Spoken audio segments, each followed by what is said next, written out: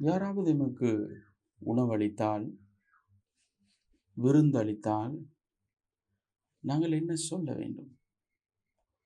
அல்லாஹ்வின் தூதர் ஸல்லல்லாஹு அலைஹி வஸல்லம் அவர்கள் சஅத் இப்னு உபாதா ரலியல்லாஹு அன்ஹுடைய வீட்டுக்கு வருகிறார்கள்.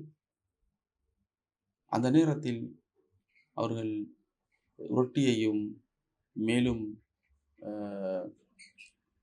எண்ணெயையும் கொடுக்கிறார்கள். ஜெய்தூன் போன்ற எண்ணெய்கள் சொதிகள் போன்று அதில் அதை உணவுக்காக வேண்டி டிரெக்டாக பயன்படுத்தப்பட்டிருக்கிறது. பயன்படுத்தியுள்ளார்கள் நபி ஸல்லல்லாஹு அலைஹி வஸல்லம் அவர்கள்.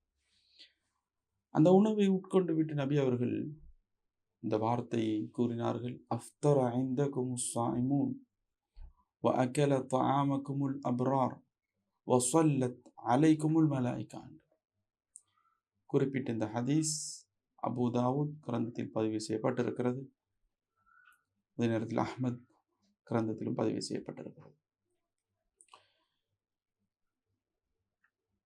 மேலும் மிக்தாத் இப்னு அஸ்வத் ரலியல்லாஹு அன்ஹு அவருடைய அந்த நீண்ட ஒரு ஹதீஸ் சம்பவம் பதிவு செய்யப்பட்டிருக்கிற அந்த சம்பவத்திலும் நபி அவர்கள் ஒரு பிரார்த்தனை செய்தார்கள். அல்லாஹும்ம அத்இம்மன் அத்அமனி வஸ்கிமன் சகானி மன் வஸ்கிமன் அஸ்கானி என்று சொல்லி நபி ஸல்லல்லாஹு அலைஹி வஸல்லம் அவர்கள் பிரார்த்தித்ததாக முஸ்லிம் கிரந்தத்தில் 2055வது ஹதீஸாக பதிவு செய்யப்பட்டிருக்கிறது. மேலும் அப்துல்லாஹ் இப்னு புஸ்ர் ரலியல்லாஹு அன்ஹுடைய நிகழ்வில் நபி அவர்கள் விருந்தினராக அழைக்கப்பட்டு அதற்கு பின்னால் இந்த பிரார்த்தனை செய்தார்கள். அல்லாஹும்ம அக்ஃபிர் லஹும் வர்ஹம்ஹும் வபாரிக் லஹும் ஃபீமா ரஸக்தஹும். இந்த பிரார்த்தனை தான் பெரும்பாலும் பொதுவான உணவு விருந்துகளில் எங்களுக்கு சொல்ல முடியுமான வார்த்தை.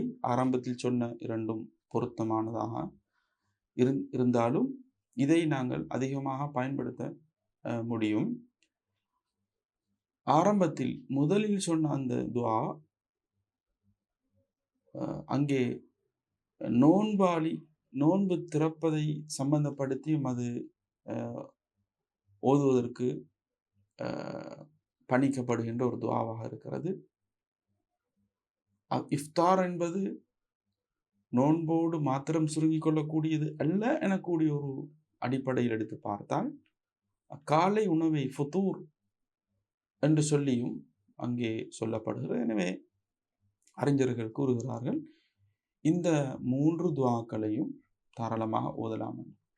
ஆனால் ஒருவர் விருந்தளித்ததற்காக வேண்டி நாங்கள் ஓதுகின்ற துஆவாக அல்லாஹும்ம அக்ஃபிர் லஹும் வர்ஹம்ஹும் வபாரிக் லஹும் ஃபீமா ரஸக்தஹும் என்ற துஆ இருந்து கொண்டிருக்கிறது.